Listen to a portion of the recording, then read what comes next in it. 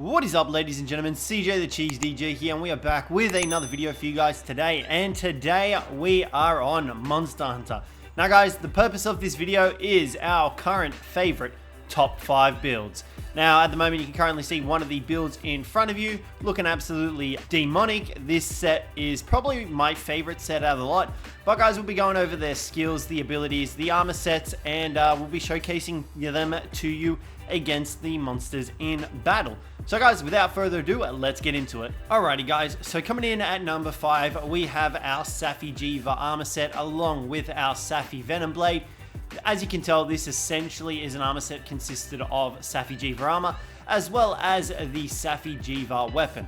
Now all these sets do run the Cjthecheesedj weapon. At the moment we haven't come up with a build yet for the guild weapons yet, but we do plan on doing builds for those as well, because the Guild Palace weapons are some of the coolest design weapons I think that are in Monster Hunter at the moment.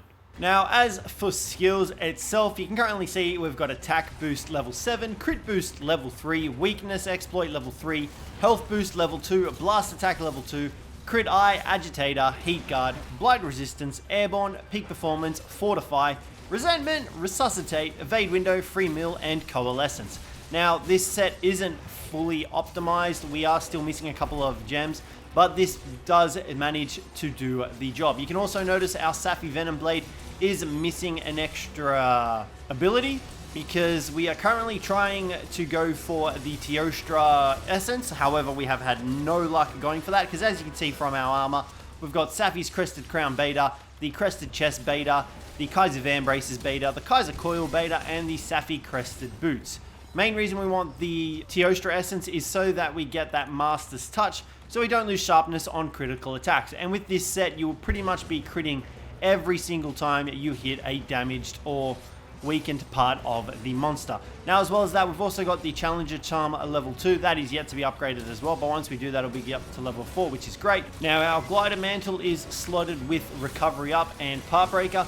Main reason we've got that Recovery Up is just in case we don't manage to hit a combo with our Cjthecheesedj armor blade and armor set, we can still recover health pretty damn quickly with it while we've got it equipped. So all that red health comes back to us relatively faster than it would if we didn't have the skill slotted in. So this makes things a lot easier and safer for us when running the Cjthecheesedj armor set and weapon set. So yeah guys, let's move on to number 4.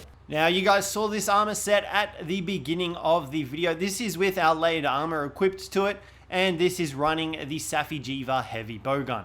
Now, this armor set is really good for those defensive, comfy plays, because you essentially have shields equipped to your bowgun, but we will go more in depth on this armor set in just a second. Let's just take a moment here to admire it, because I've really put a lot of time into making this layered armor look really good, and I really do enjoy the aesthetics of this armor set. But guys, enough admiring it, let's jump into what skills we've got for it. So guys, for this particular set that we have, you can currently see here we've got the Cjthecheesedj Burst Cannon with 2 close range up mods and 3 shield mods. The awakened abilities are Affinity Increase level 4, Attack Increase level 5, Spread Capacity 3, Attack Increase 5, and a Slot Upgrade level 3. As for the rest of the armor, we've got the Golden Headrest, which is the Rajungs. We've got the Kirin Jacket Alpha, we've got the Ardian Van Braces Alpha, the Shara Ishvolda Coil Beta, and Garuga Greaves Beta. As for the charms, we've got the Razor Sharp Charm, and the mantle, we've got the Glider Mantle and the Impact Mantle. As for skills, you can currently see there, a lot of really good skills.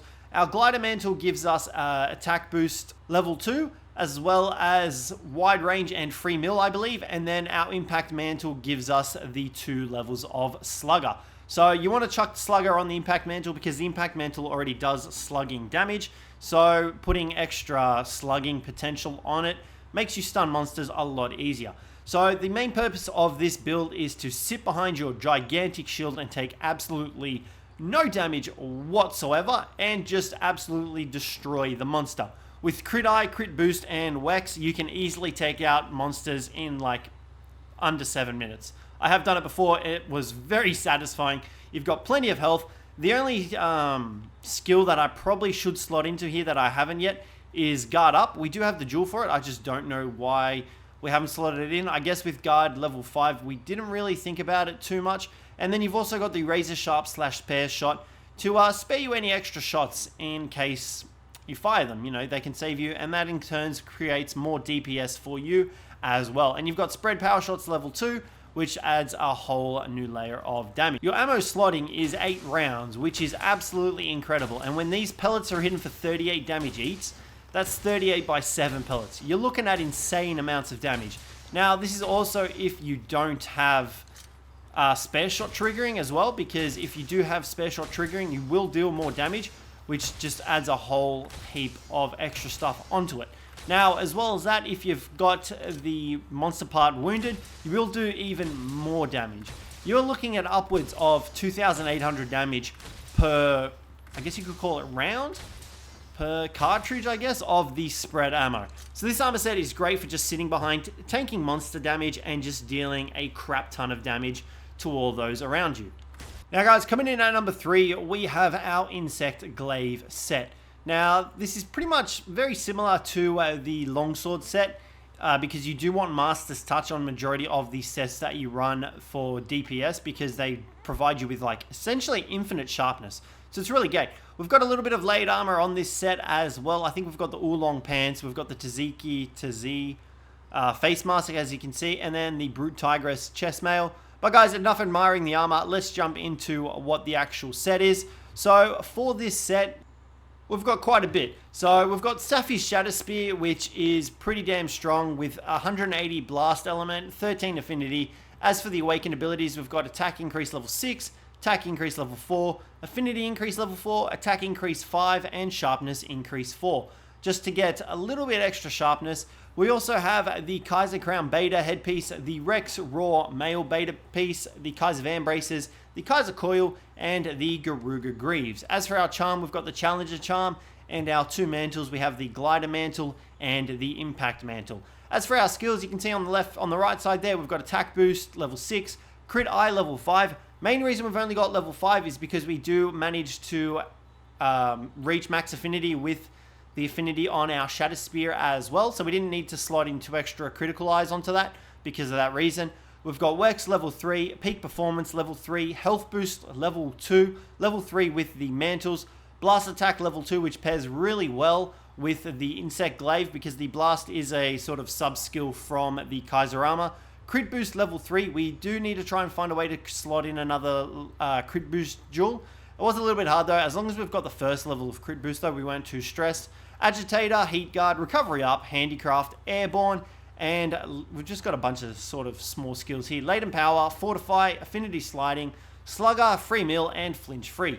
Main reason we've got those last couple of skills down there is because we've got level 4 gems that are slotted into some of this armor, and as you can guess, they have unnecessary skills that we didn't really want. So yeah, so we've kind of got those there. But this armor set provides us with the Master's Touch, which essentially causes us not to lose sharpness any time we get a critical hit, which is really good because with the Insect Glaive and weakening monster parts, you will be able to pretty much crit every single strike once you've weakened it and whatnot.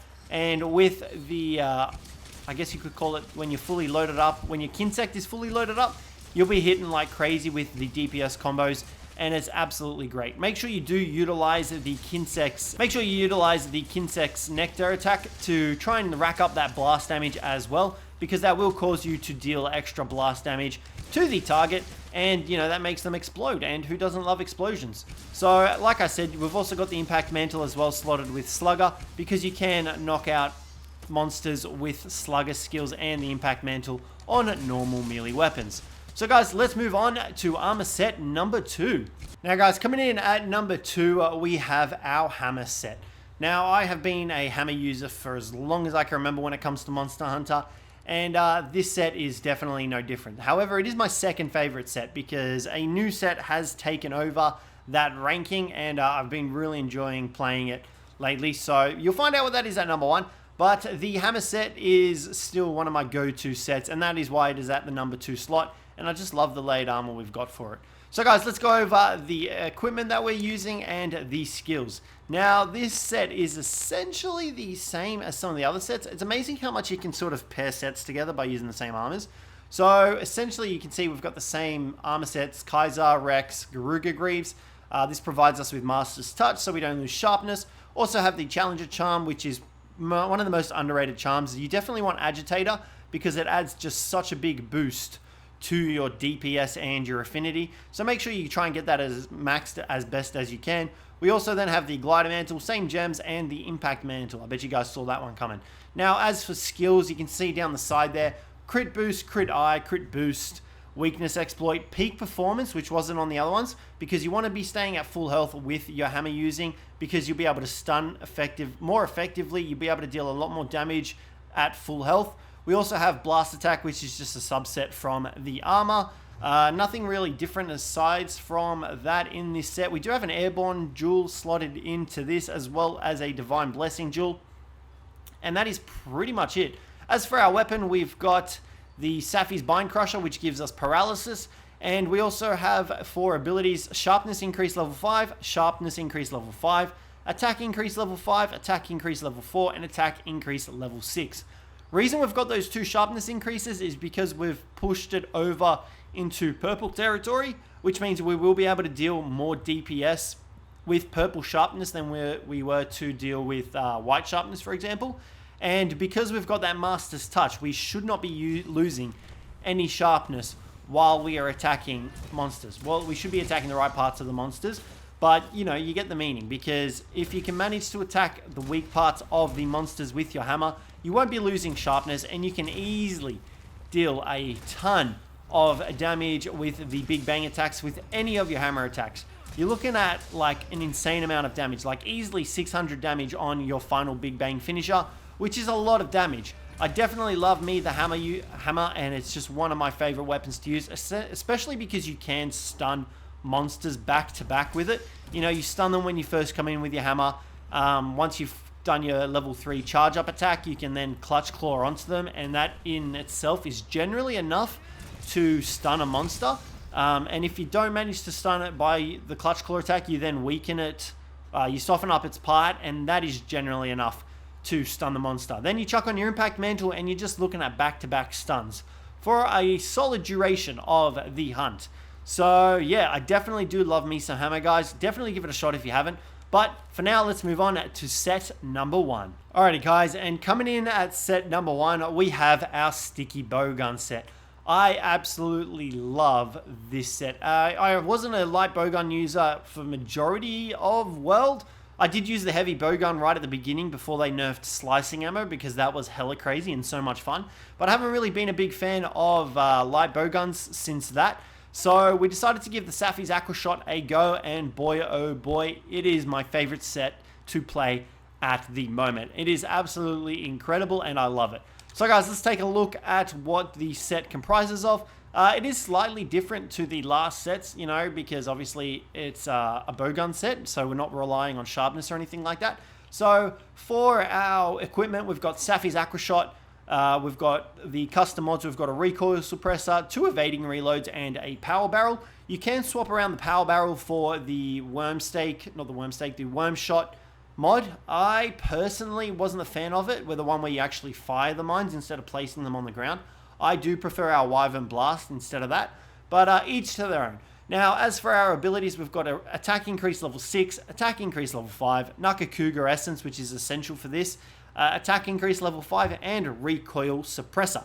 Now, as for our armor, we've got Nakakuga Helm Alpha, Zora Hide Alpha, Zora Claws Beta, Zora Spine Beta, Nakakuga Greaves Alpha. Now, the reason we've got the 3 pieces of Zora is to get that Artillery Secret, which raises our artillery to level 5, and we've also got the Nakakuga armor pieces for that Nakakuga Essence, which bows and bowguns have a chance not to expend coatings or ammo. So we essentially get a chance to not use ammo while firing it. We then also have the Challenger Charm and the Glider Mantle and the Impact Mantle. Now, these ones are slightly different for this. On our Glider Mantle, we have slotted in 2 levels of Agitator as well as Divine Blessing and Tool Specialist, because that is what comes along with those decos, unfortunately. But our Impact Mantle has 2 slots of... Actually, no, sorry, we got that mixed around. Our Impact Mantle has the 2 of the Agitator, whereas our Glider Mantle has the 2 Sluggers. We do probably need to swap that around, because I don't think that's the right way. So we'll definitely look into swapping that around. As for our skills, we've got artillery level 5, tremor resist level 3. You can see the skills down the side there, guys. So we've got quite a few skills. The special ammo boost definitely helps out with the sticky ammo. As well as that, it does increase our Wyvern blast a little bit, and we can constantly knock this guy out with the knock out the monster with our sticky ammo, as well as using the impact mantle. It really helps. Now, for those of you that are wondering and trying to figure out what sort of ammo you should use for this set, you definitely want to use sticky ammo level 3. You can use sticky ammo level 2, but sticky ammo 3 is significantly better. Main reason being because sticky ammo 3 does deal more damage and more impact damage in the long run. As well as that, you are mobile while firing sticky 3. Sticky ammo 2, while firing it, you are in a stationary position and you cannot move until the animation is complete. So you do rapid fire it, but sticky ammo 3 is still the better ammo to use. I normally carry some sticky ammo 2 with me anyway. I carry like 9 rounds of it and then don't bother crafting it when I run out. I just stick to crafting sticky ammo level 3 because the DPS is better with sticky ammo level 3. As well as that, you've got that extra mobility, so if any monsters are coming towards you, you can jump out of the way while firing. It definitely does make a big difference, but you are looking at Stun City over here. In fact, I think you do stun more using this light bowgun set than you do with the hammer, which is saying something.